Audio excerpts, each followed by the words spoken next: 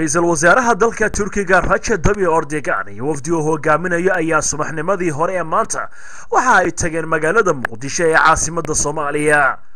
wafdiga ra'iisul wasaaraha oo ay kamid ahaayeen xubno ka tirsan qoyskiisa iyo xubno ka tirsan golaha wasiirada ayaa ujeedada socdaalkooda u ahayd u kuurgelida xaaladda nololeed iyo bini'aadantinimo ee ka taagan waddanka Soomaaliya. safarka ra'iisul wasaaraha Turkiga Recep Tayyip Erdogan oo ku tagay magaalada Muqdisho ayaa ahaa safarkii ugu horeeyay ee mas'uul sare oo darajadaasi gaarsiisan oo ka tirsan dalka Turkiga oo ku tagay dalka Soomaaliya tan iyo sanadkii 1991 markaasi oo ay burburtay dowladii hore ee Soomaaliya. wafdiga ra'iisul wasaare Recep Tayyip Erdogan waxa kamid ahaa ra'iisul wasaare ku-xigeenka Bakir Bazanga, wasiirka arrimaha dibadda Ahmed Defatugula, wasiirka qoyska iyo arrimaha bulshada Fatima Sahin, wasiirka caafimaadka Rajab Akdaka, wasiirka cunnada beeraha iyo xoolaha Mahdi Ikar, ku-xigeenka gudoomiyaha xisbiga talada Turkiga haya ee xisbiga la yiraahdo AK Omar Selçuk, iyo agaasimaha guud ee arrimaha diinta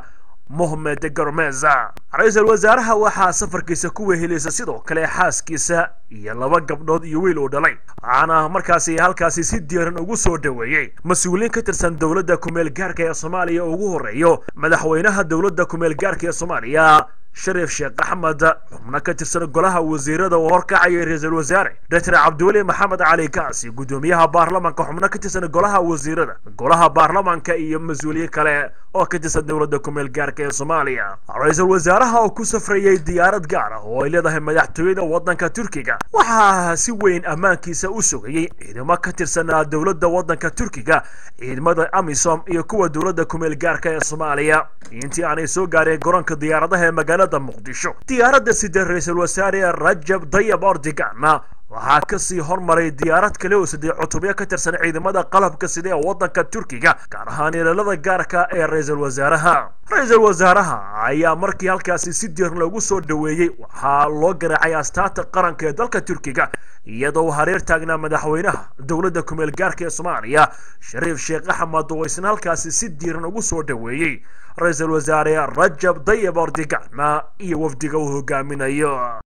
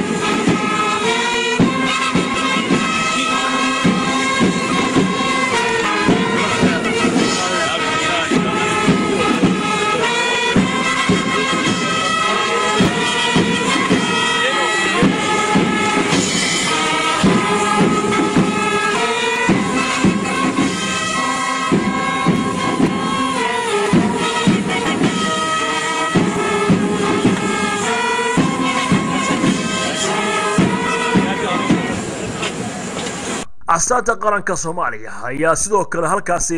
laga tumay waxaana garoonka diyaaradaha ee Aadan Cadde International Airport ee magaalada Muqdisho dhoomna dadweyne aad u fara badan oo ruuxaya calanka waddanka Turkiga iyo calanka Jamhuuriyadda Soomaaliya iyo weliba sawirada ra'iisul wasaare Recep Tayyip Erdogan iyo madaxweynaha dowladda ku-meel gaarka ee Soomaaliya Shariif Sheekh Axmed.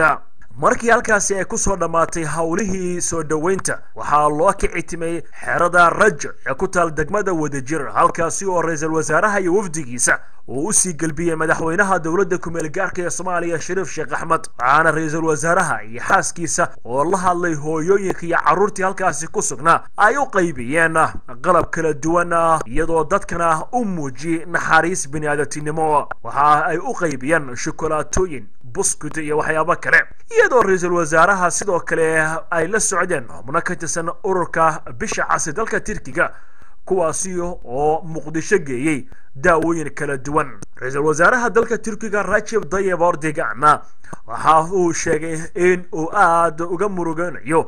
xaaladda ay ku sugan yihiin dadka Soomaaliyeed waxaana uu sheegay masiibadani ay tahay masiibo loo baahan yahay in bulshada caalamka oo idinlah ay u gurmato Soomaalida. agaasimaha guud ee hay'adda bisha dalka Turkiga ayaa ra'iisul wasaaruhu sheegay xerada cusub badbaado labo ama rajo ay ku jiraan dad gaaraya 250 kuwaasi oo isugu jira haween iyo caruur iyo dad da' ra'iisul wasaare Recep Tayyip Erdogan waxa uu sheegay in uu ugu deeqayo Soomaaliya adduun lacageed oo gaaraya 150 milyan oo dollar si wax laga qabto masiibada ku habsatay Soomaalida. ra'iisul wasaaraha iyo wafdigiisa markii ay soo gaareen xarunta madaxtooyada